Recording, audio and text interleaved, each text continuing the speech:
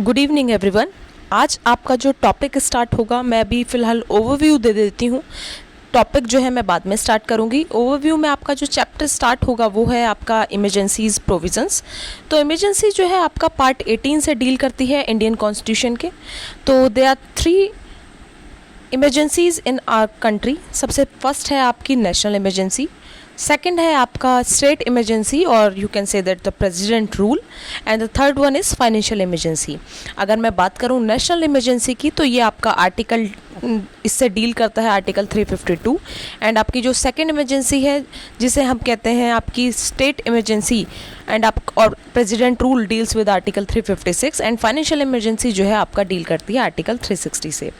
अब emergency provisions में किस तरह से ये इमरजेंसी कौन लगाता है, किन ग्राउंड्स पे लगती है और कब कब किस किस टाइम कौन कौन सी इमरजेंसीज लगी हैं, तो आइए उस बारे में हम देखते हैं। तो देखिए, सबसे पहला नेशनल इमरजेंसी जो है आपकी ये लगती है अगर प्रेसिडेंट को लगता है कि इंडिया में या इंडिया का कोई भी पार्ट या फिर टेरिटरी उसको जो है थ्रेट है, ठीक है, तब ये आपकी इमरजेंसी लगती है। और इसके ग्राउंड्स क्या हैं नेशनल इमरजेंसी के एक है war, and second is external aggression, and third one is internal disturbance, armed rebellion जिसको कहा जाता है। अब इंटरनल डिस्टर्बेंस जो टर्म है आपकी, इसको जो है 44 कॉन्स्टिट्यूशन अमेंडमेंट एक्ट से हटाकर आर्म्ड रेबिलियन कर दिया गया, वरना ये पहले थी आपकी इंटरनल डिस्टर्बेंस टर्म।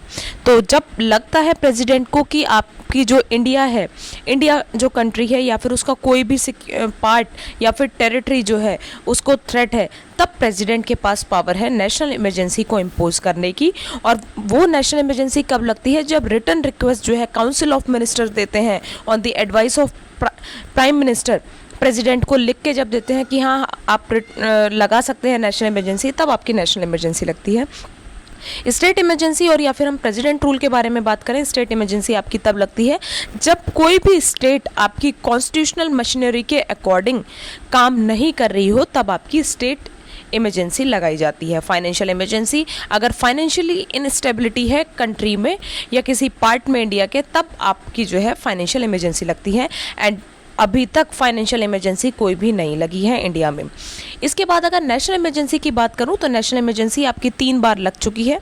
1962 में आपकी लगी है, 1962 से 68 तक आपकी इंडो चाइना वॉर जब था तब लगी है। उसके बाद आपकी 1971 में लगी है पाकिस्तान वॉर में भी।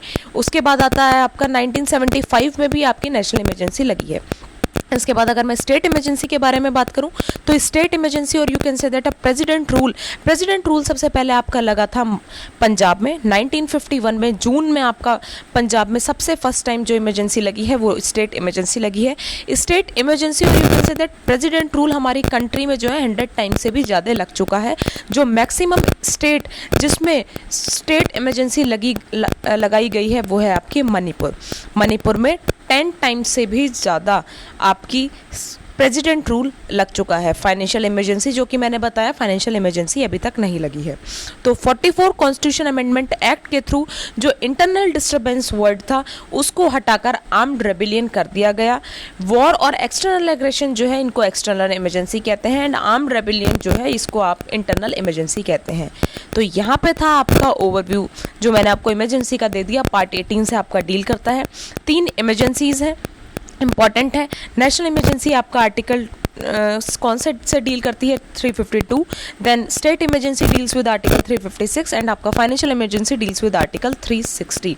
तो ये सब था आपका इमरजेंसी से रिलेटेड चैप्टर। आने वाली वीडियो में हम कवर करेंगे आपका ये डिटेल में चैप्टर। तब तक के लिए थैंक यू सो मच।